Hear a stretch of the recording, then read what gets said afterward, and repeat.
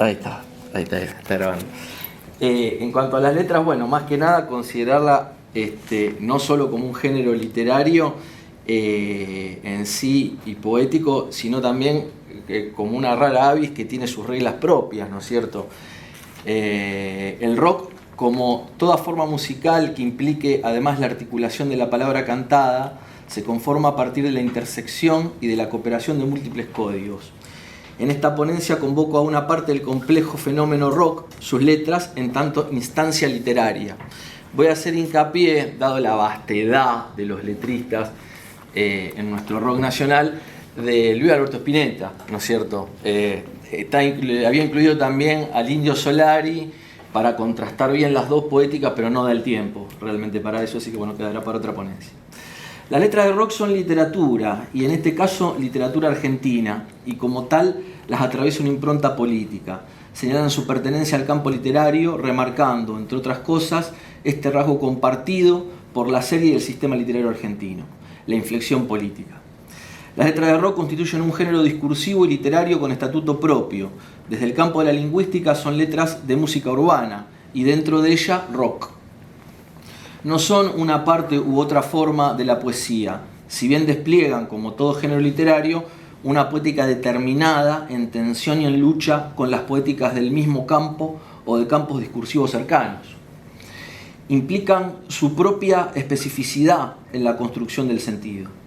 La letra de rock se escucha, a diferencia de la práctica actual de la poesía y su formato libro o libro virtual. Y esto implica una diferencia notable en el problema de la construcción de sentido. Son un género discursivo distinto a la poesía. Las letras de rock presuponen una escritura previa, pero se reconoce su realización en la materialización vocal. Las palabras no son meramente expresadas en sonidos mediante la resonancia de su instancia fónica, sino que se vuelven sonido, un particular sonido. Las letras de rock implican la palabra y una voz que la articula musicalmente. Por lo tanto, gran parte del sentido se evapora, se escurre, se pierde en su lectura. Bueno, para abordarlo a Luis Alberto Spinetta, decidí más o menos focalizar en las funciones que se pueden encontrar en toda su letrística, ¿no es cierto? En su función mítica, que es la primera que voy a relatar, cuando Joseph Campbell le preguntan qué ocurre cuando una persona se convierte en una leyenda, se le presenta el ejemplo de John Wayne, y si esa estrella o celebridad se convierte en un mito, no lo pone en duda. Campbell explica que cuando alguien se convierte en un modelo de vida para otros, se desplaza a la esfera del proceso de ser mitificado. Este parece ser el caso de Spinetta, cuya imagen y personalidad son ponderadas constantemente por quienes fueron sus colegas y amigos, y una forma en que es recordado lo define de la siguiente manera: inquebrantable en su vanguardismo, Spinetta no cedió, no hizo concesiones, no intentó moldearse el mundo. Cuando estamos frente a un hombre de semejante integridad, nos sentimos tentados a llamarlo héroe, no en el sentido de los protagonistas de las tragedias antiguas, el rey o el guerrero de los cuales dependían los destinos de las ciudades y las naciones, sino el héroe moderno, el existencialista, capaz de aceptar con serenidad su insignificancia en un universo sin conciencia. Spinetta, recordemos, se empeñaba en mantener su perfil bajo y resaltar lo que él consideraba trascendente e importante, siempre fuera de él como figura central. Spinetta utiliza su poesía en forma de verdad penúltima, ya que afirmaba que la realidad es la realidad del alma y no de las cosas, y esta realidad tiene preponderancia por sobre todas las otras. Cierro cita.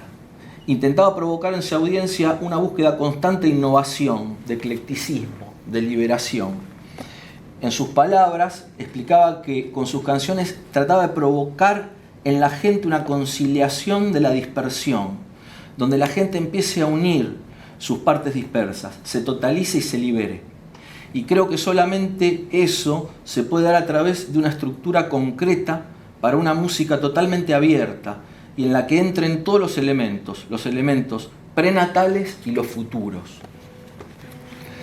Tal como él mismo lo explica en la cita anterior, la motivación de Spinetta fue la creación de una vorágine creativa que rompa con todo, lo que llevaría a la verdad última, la que no se puede describir con palabras. En su manifiesto de 1973, un manifiesto muy conocido que él repartió en toda una serie de recitales que hizo, terminaba afirmando que el rock era una música dura que se cambiaba y modificaba constantemente en un instinto de transformación. Greenberg, 2008. Spinetta se representa en sí mismo a través de su música y su poesía, esa constante transformación, esa búsqueda insaciable de la verdad última. Bueno, en el lado místico, para tener una idea de cómo él pensaba todas sus letras, dice: yo lo único que trato de aprovechar es el asombro y aplicarlo a todos los sentidos de la vida y no fijarme en las consecuencias o en lo que a mí me provoca, porque la decoración de eso es bárbara. Un poco se trata de eso, ¿no? De decorar ese fenómeno majestuoso. A mí me interesa mucho más el fenómeno de la expectación. Esa es la energía creativa. No es algo que uno pueda hacer después de que observa eso. La magia está cuando lo ves, no cuando después eso se convierte en poesía. Convertirse en una poesía es una expresión muy corta en relación con el asunto en el que se inspira. Tal como lo expresa en la cita anterior, la majestuosidad mística de la naturaleza es representada en la poesía de Spinetta a lo largo de toda su obra. Constituye la parte de su mitología que nos ayuda a identificar los misterios de las energías que fluyen en nosotros, porque es allí donde yace nuestra eternidad. Spinetta lo explica claramente cuando afirma que en realidad cada cosa está sostenida por un pequeño milagro que uno a veces no alcanza a ver. Se sabe que eso es una energía que circula por todas partes, no es que esté particularmente asentada en una canción. Esa energía que circula por todas partes, como una gran fuerza divina, aparece manifestada en muchas composiciones del músico. Por ejemplo, en Bolso Dios, que es de su disco Pan del año 2006. Dice ahí: todas las cosas que se pierden las tiene en un bolso Dios, y todas estas estrellas amarillas están para una sola función, y nadie se escribe el destino. Todas las cosas que se encuentran pertenecen a un planeta enorme, y todas las moradas en la tierra están para una misma diversión, y nadie se inventa el destino. Cierro cita. El destino se presenta ajeno al control humano, y todo lo que existe está unificado en una sola función, incluso en las referencias a una realidad devastadora, irracional, como en Domo Tú, una canción del disco Pelusón of Milk de 1991, el mensaje vuelve a señalar la unidad y la eternidad mística de la existencia. Dice ahí Spinetta en esta letra: la piel me estremeció hasta ensordecer voces en mi alma, y tengo que regresar para comprender entre todos juntos. Ya sé, no hay razón, lo que viste fueron jirones en el aire, un columpio fabuloso en el espacio. Bueno, no se puede pasar por alto la etapa más fecunda de Spinetta. Esto es quizás lo más nuevo de él, ¿no? Pero los que le tenemos vista su obra desde el principio, que es el shock que produjo, digamos, en el rock nuestro con su disco Artaud del año 1973, que es considerado de los mejores del rock nacional, que él lo hace ya separándose de su banda Pescado Rabioso, ¿no? Incluso el disco sale publicado como de Pescado Rabioso por un tema contractual, pero ella lo había hecho solista. Y acá, digamos, como que introduce fuertemente el surrealismo y todo con lo que él venía empapado en la letrística nuestra y con unas canciones maravillosas. Entonces ahora voy a abordar el lado surrealista de Spinetta. No es posible hablar de la obra de Spinetta sin hacer un alto en su faceta de poeta surrealista y basarse específicamente en el surrealismo que desarrolló en Artaud, 1973, un disco solista que por cuestiones contractuales fue lanzado bajo la autoría de su grupo Pescado Rabioso. Y a partir de algunas letras de ese disco exponer las relaciones poéticas que se establecen entre Spinetta y quien da nombre a la obra, el poeta francés Antonin Artaud, personaje clave del siglo XX en la literatura y referente de la poesía surrealista. Esta nueva visión que había desarrollado Spinetta no era más que la de la poesía surrealista, inspirado especialmente por Antonin Artaud, pero también por otros autores como Rimbaud, Castaneda o Nietzsche. La poesía se basa en rima, medida y métrica, entre muchas reglas y normas.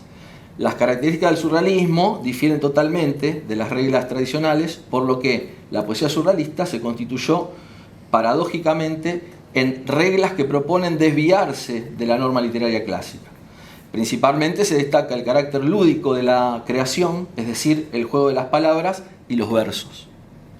Posee una estructura acumulativa, fragmentos sumados de manera persistente, el uso constante de la metáfora, ahora lo vamos a ver y les voy a tocar una canción que es con la que abre el disco, es otra de las características comunes, así como la de comparar o asimilar en un verso dos objetos que a simple vista no tienen relación alguna. Por último, se puede mencionar la alteración del orden espaciotemporal y lógico. Es así que el álbum Artaud comienza con la canción Todas las hojas son del viento, que reúne los temas más abordados en la poesía surrealista. La libertad, dice la letra, hoy que un hijo hiciste, cambia ya tu mente, cuídalo de drogas, nunca lo reprimas.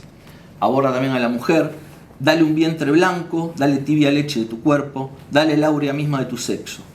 Y el amor que le destila y le pide a esa nueva madre que tenga para con su hijo.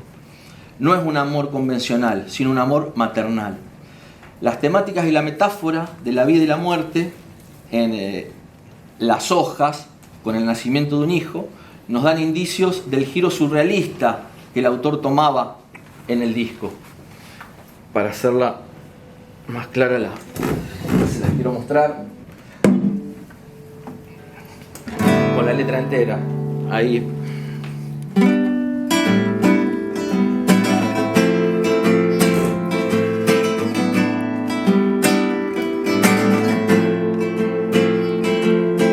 Cuida bien al niño, cuida bien su mente, dale sol de enero, dale un vientre blanco, dale tibia leche de tu cuerpo. Todas las hojas son del viento, ya que las mueve hasta en la muerte.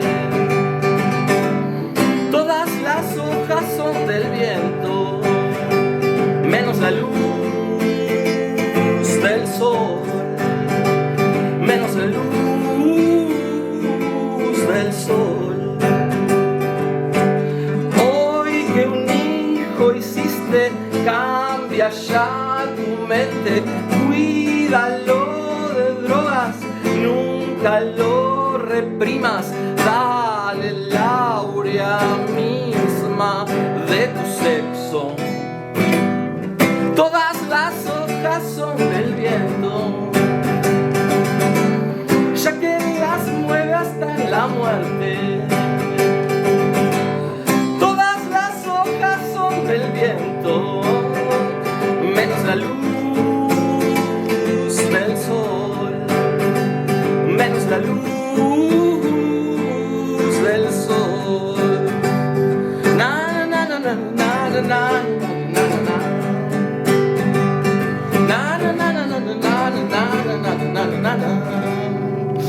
Bueno, ahí. Te podemos pedir entonces que cierres con esto para continuar porque estamos bien cortos de tiempo. Ahí se lo quería dejar, quería poder leerle algo de él escrito en poesía, si podía cerrar con eso para ir a lo inédito, que no están en sus canciones tampoco. Estas dos poesías las editó en un disco que se llama Guitarras Negras y en realidad esta no figura ahí, porque son inéditas, es en otro disco sobre la vida de él. Y se la dedicó a Alberto Olmedo, esta se llama Piluso. Se despertó de su sol sediento, el viejo amante lunático, mareo de todo lo lumpen. El amor en el cuerpo no admite decoro. Se suma en tinieblas celestes, queda impreso, escapado en el preludio. Cuando se nos devuelve la vertiginosa posesión de ir, allí mismo parte un increíble pájaro inocente que se deja. Un amanecer innecesario para sostener el torpe nudo de la antigua caída. Lupin de arlequín, de avecita primaria que se abate sobre los tangos de la muerte. Alberto Olmedo.